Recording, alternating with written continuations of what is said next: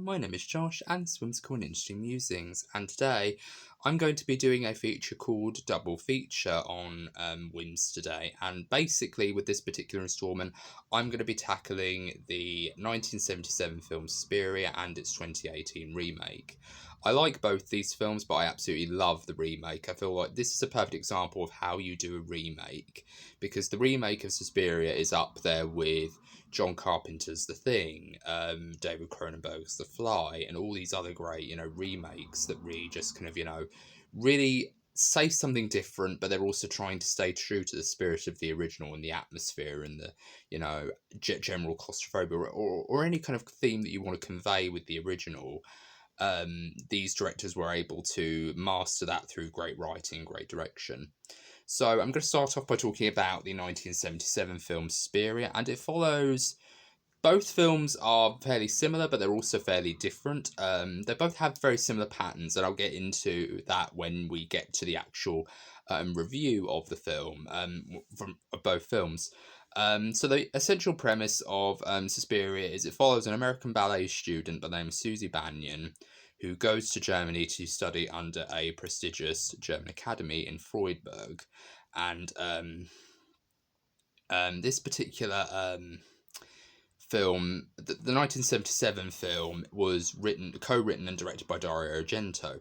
And before he did this, he mostly did horror suspense films known as giallo films in Italy.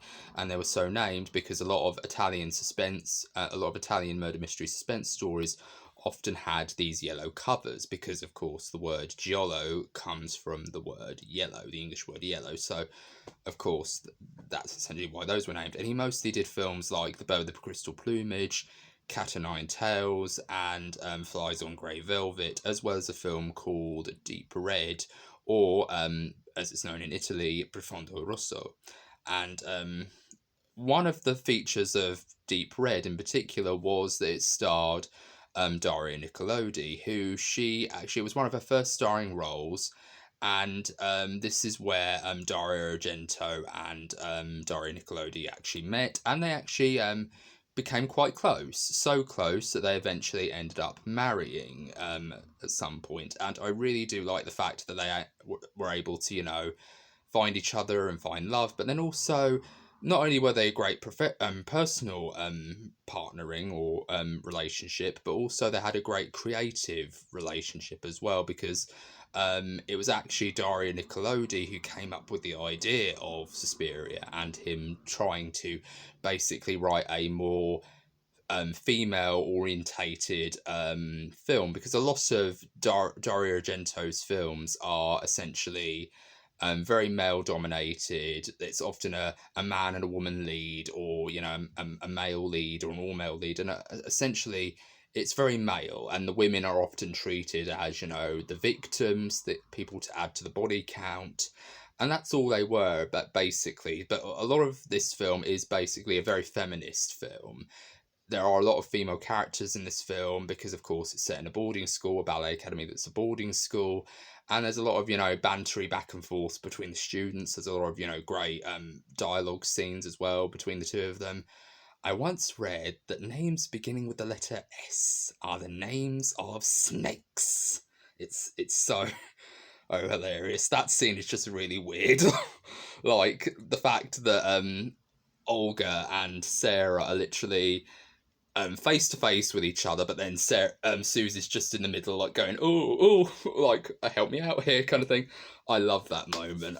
That's such a funny moment. But yeah, I like that scene. But yeah, I really do think this film is more more of a feminist film, and of course there are still horrific deaths in this film, but it does have a much more different palette to it, because even though, like I said, Dario Argento mostly focused on giallo films, which were murder mystery suspense films that had the black glove killer with a cutthroat razor or a big knife, killing all sorts of people in very gruesome and horrific ways.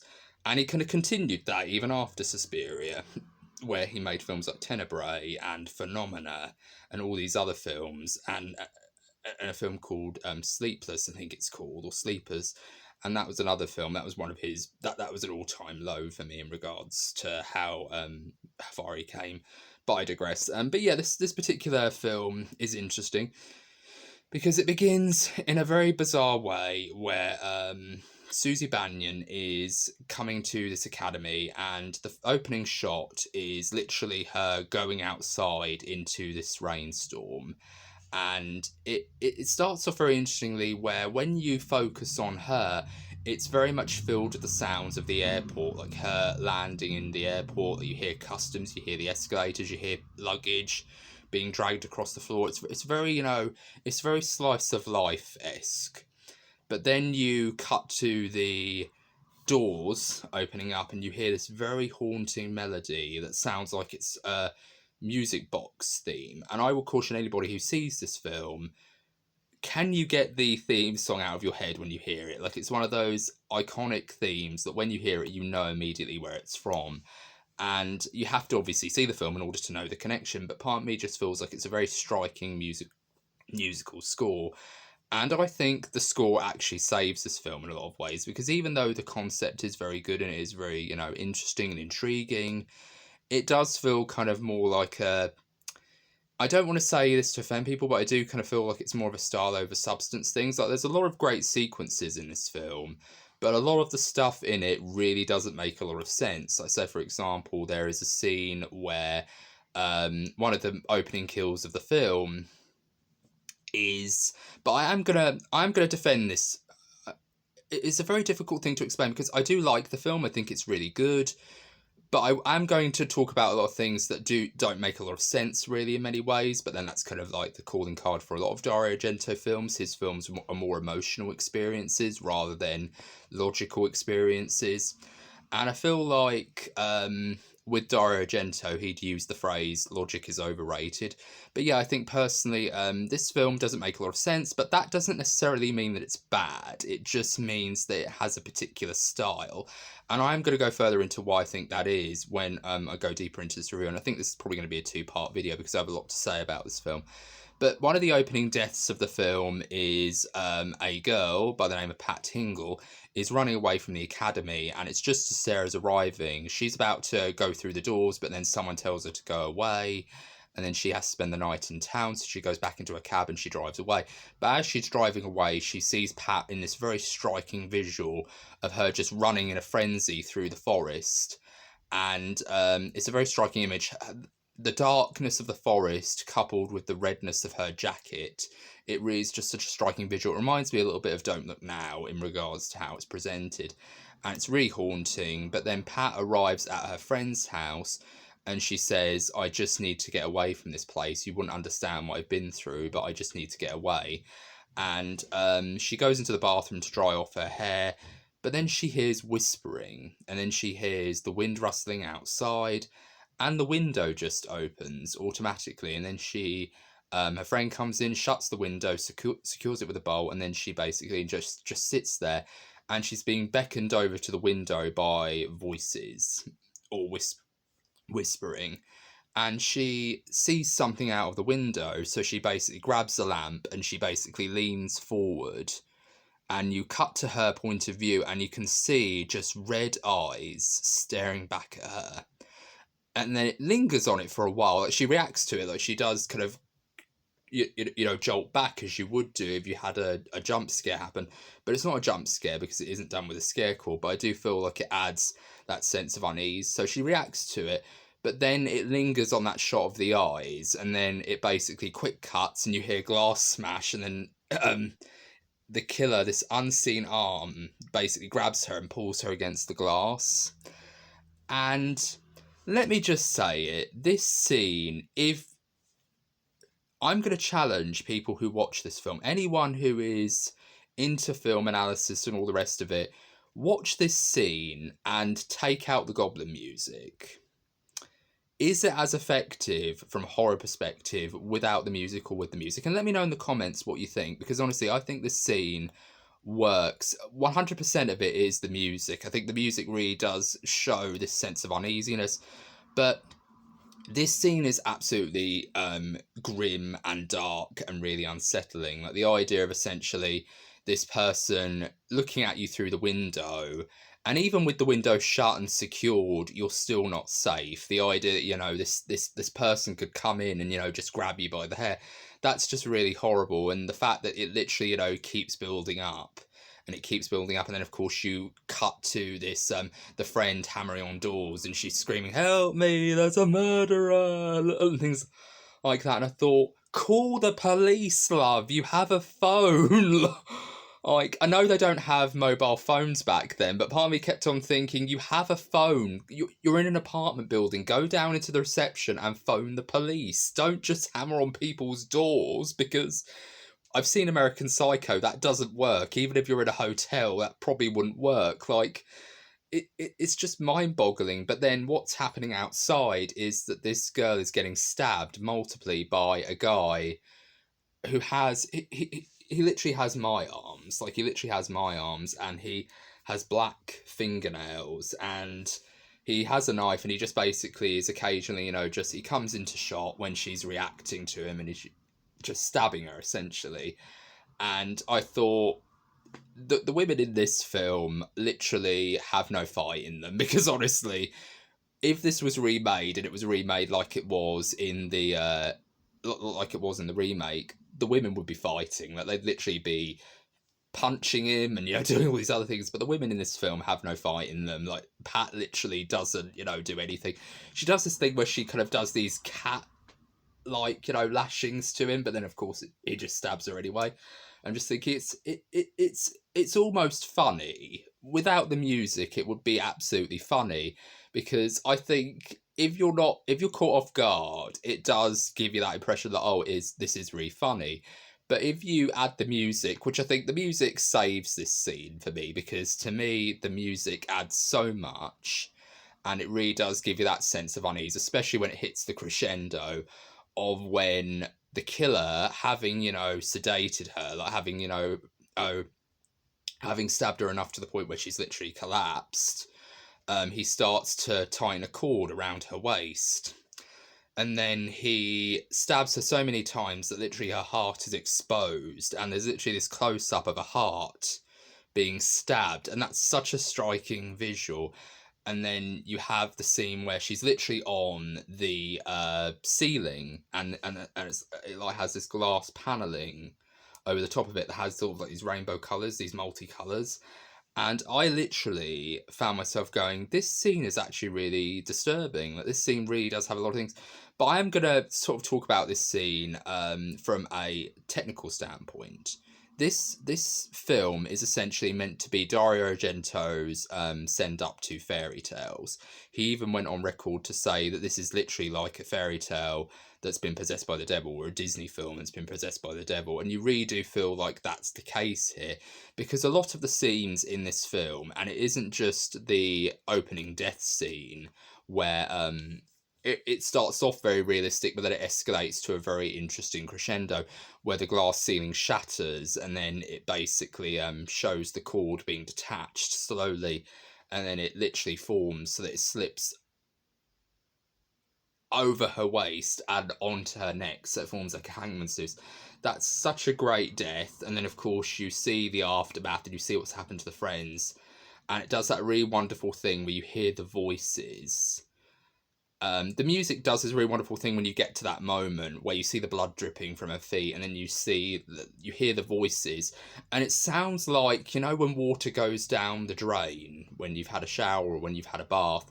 It feels like that, like the water's being, you know, slowly drained from the surface, and and the voices are very slowly billowing out. That's such an incredible musical score, and I have to give credit to Goblin for really making it as effective as it is.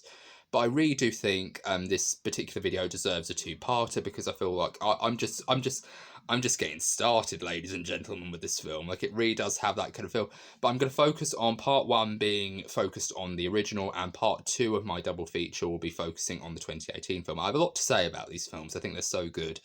But yeah, I really do think if I'm going to test people, if you're a fan of this film, please watch the opening death sequence and take out the music. If you have any editing experience, try to take out the music and see what it feels like. What does it feel like without the music? Does it come across as comical? Does it come across that? Because I do feel like if the music wasn't there, it wouldn't be nearly as effective, I don't think. But and if you just had literally the scenes with her, you know, screaming and gargling or whatever.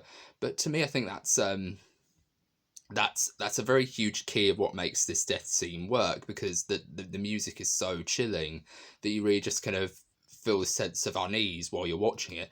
But I really do like the death scene. It is one of the most memorable scenes in the entire film. That literally, when you look up this death scene on YouTube, there's literally a video that literally says the best scene in Suspiria, and that literally is the best scene in the film. That literally is. I think Jay from Red Letter Media, who I'm a huge fan of, the Red Letter Media guys, I love their videos. And if you want to find out more about this film, I'd highly recommend their 2-part video on this film, the 1977 film and the 2018 remake. They do a very good job with that. But I think Jay from Red Letter Media really put it best, where he said the film could end right there and it would literally be best film ever. Like, honestly, it literally has that feeling where it could be like a short film almost. Like, you have this girl running away from this horrible thing that's happening in this school, and then you think she's safe being in the company of a friend, but then all of a sudden this serial killer comes out of nowhere and kills her. And it literally feels, in a very, you know, dark and very stylized way, that could literally be its own short film, and it would literally win a ton of horror awards, and it really does feel that way. But I think the rest of the film is still good. But I feel like what really makes this film stand out is it literally is Dario Argento's version of a Disney film, a classical Snow White and the Seven Dwarfs, Cinderella, Sleeping Beauty kind of Disney film. Classical 1940s, 1950s Disney, where it kind of feels like it's exploring these very kind of old-timey themes in a much more atmospheric and much more stylized way. Like, a lot of the death scenes in this film are very real, are very much evocative of a nightmare. Like, say for example, in the opening death scene, it does start off with a scene that is very relatable, which is looking out of a window in the middle of the night. Like, I've had moments while I've been, you know, going about my everyday routine, where I've been, you know, drawing the curtains at night, and I've been, you know, looking out the window and seeing people. And there was literally this moment where I got very paranoid, where I kept on thinking, lots of people do tend to, you know, walk past, and sometimes if something catches their eye, they'll look in that direction, and sometimes people will literally just look at you, and I literally get very uneasy, and I'm just like going, oh, I better hide quickly. But yeah, it's one of those things where it does present that idea of being uneasy, or that element of something being quite quite dark or quite unsettling. But I really do like the fact that it does play on that idea of you being quite anxious. So it does play on that very nightmarish idea of looking out of the window and something looking right back at you. And it plays on that very well. But then there's also another death scene of another character where he gets attacked by his own dog. He's meant to be a blind man who's a pianist, who gets fired after his dog supposedly bit one of the academy's directress's sons. And he gets fired, and on his way home, he basically experiences whispering like Pat Hingle does. But this time, he's, you know, experiencing all these different things, but he can't see anything. He can't see anything, so he's mostly relying on sound and footsteps and all the rest of it. And then all of a sudden, his dog just basically bites his neck and takes a chunk out of his throat. And it's very dark, it's very grisly, but it is very relatable if you've had those sorts of nightmares. And I really do like the fact that it does have that aesthetic of it being sort of like a nightmare, like a very, you know, dark nightmare, and a very sinister nightmare that, you know, really kind of stays with you and really keeps you unsettled. And there's so many great sequences in this film. There's a sequence where Susie Bannion is just getting ready for dinner, and she's brushing her hair, and then all of a sudden she sees a maggot in her hairbrush, and then she sees a maggot on the tray where her food is, and she literally starts noticing that they're dripping from somewhere, like rainwater. And then she looks up, and the entire upper floor beam is just caked in maggots. and there is very quick shots of, you know, just these girls screaming because they see maggots, and then some of them have maggots on their faces, and it's just a really horrible scene. It's one of those scenes where I definitely say don't watch it while you're having your dinner, because honestly you will want to gag. But yeah, that scene's very gross and very disgusting and uncomfortable, but then it leads to a very great scene where they all have to sleep in the ballet studio, and they have like this wonderful, they kind of have this net curtain round them, or they have this sort of like curtain round them in a semicircle, or sort of like in a circle, and when they shut the lights off, the entire drapery of the curtain is bathed in sort of like this red light. And Sarah, her best friend, Susie's best friend, says, you know, Susie, can you hear me? I can hear, you know, whispering, and I can hear murmuring. I think it's the directress, but she's supposed to be abroad, or meant to be, you know, traveling abroad. And that entire sequence is very relatable, because of course we all hear, you know, stories of when we're children. We hear, you know, we swear we can hear noises from other people's rooms or somewhere in the room where we're sleeping, and it does play on these very childish fears, but he does it in a very stylized and very kind of, you know, almost in a very simplistic way, but he plays with it in a very stylistic way, and I really like that about Dario Argento. Is when he has that change of genre, he really can be very playful and very experimental with his films. But the major twist of the film, and I don't even want to call, I want to call it a twist, but I don't really think it is a twist, because they do hint at something weird going on throughout the course of the story. It's eventually revealed through Susie investigating that the academy is actually a coven of witches, and they've basically been using the dance academy as a cover, but in the cover of darkness, whenever they think someone is onto them, be it one of the students or one of the employees, they'll basically, you know, use a bit of black magic on them, and they will basically kill them, either through manifesting a murderer, or, you know, convincing a dog to tear someone's throat out. But either way, they pretty much are doing these very sinister activities, and Susie has to stop them before they kill her. And the entire climax of this film is very atmospheric. I like seeing them conduct their ritual, where the Madame Blanc drinks some elixir and she's saying, Helena Marcos, give me power. And she eats something that looks like a wafer bread kind of thing. And then she just basically says, Susie must die, die, die.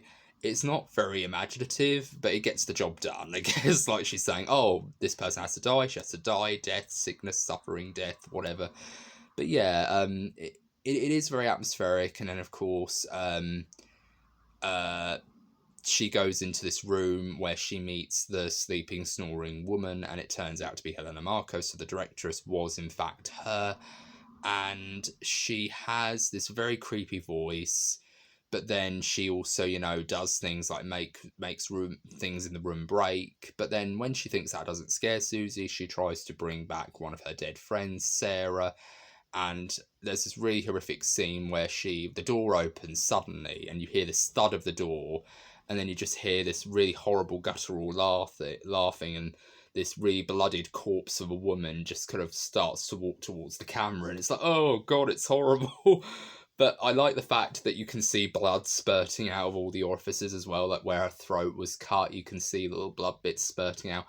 I loved that image. Like, it just felt, it was very creepy, and it's very nightmare inducing. Like, a lot of the sequences in this film are very much evocative of a nightmare. Like, every single moment is horrifying, but it really does feel like it holds the film together, because the film essentially is meant to be a supernatural horror film, but this entire climax is just very iconic. I like the fact that all Susie has to do is just stab her in the neck to kill her. But then, of course, when she dies, Helena Marcos dies, her entire coven dies with her, because when you kill a coven's leader, it's like cutting the head off a snake. Once that happens, you basically have nowhere else to go.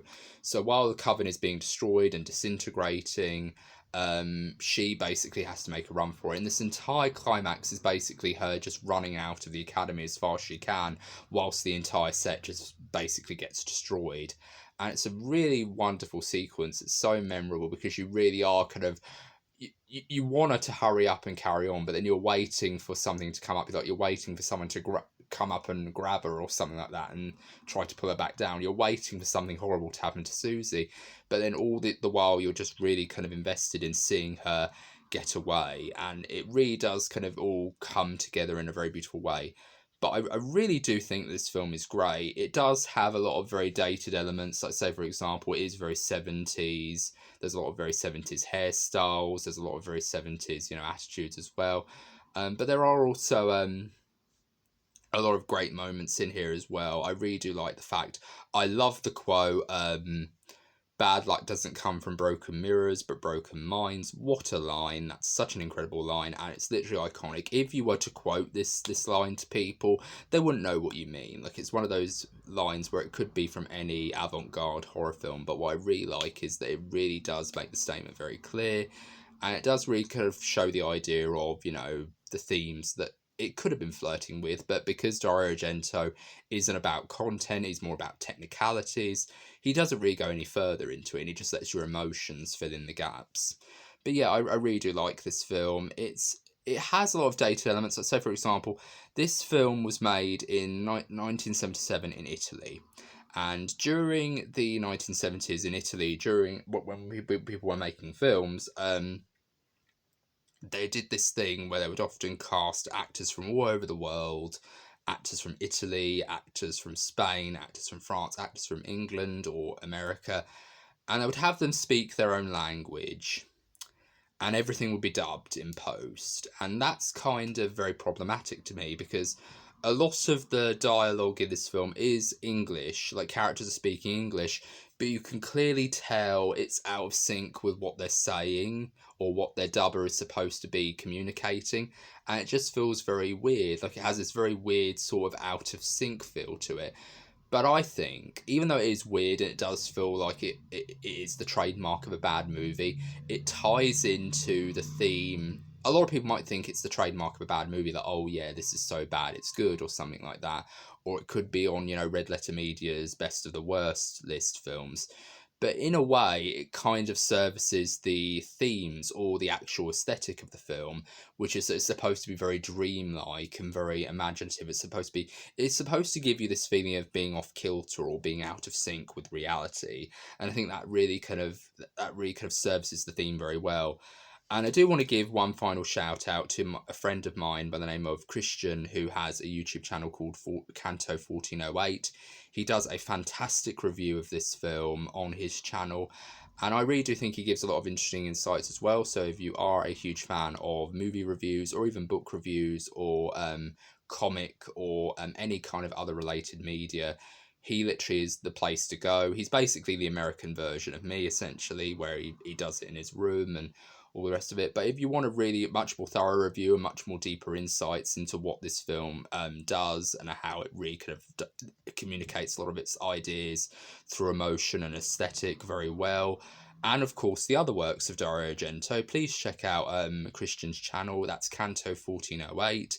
He's a fantastic reviewer, and give him some love. Give his videos some likes as well, because he's a fantastic reviewer and he's a really good friend of mine. So hi Christian, I hope you're doing very well. But yeah, that's been my review for Dario Argento's Suspiria, and part 2 will be focusing on the 2018 remake. And I hope you're all having a very good day. This has been Josh with WHIMS Industry Musings.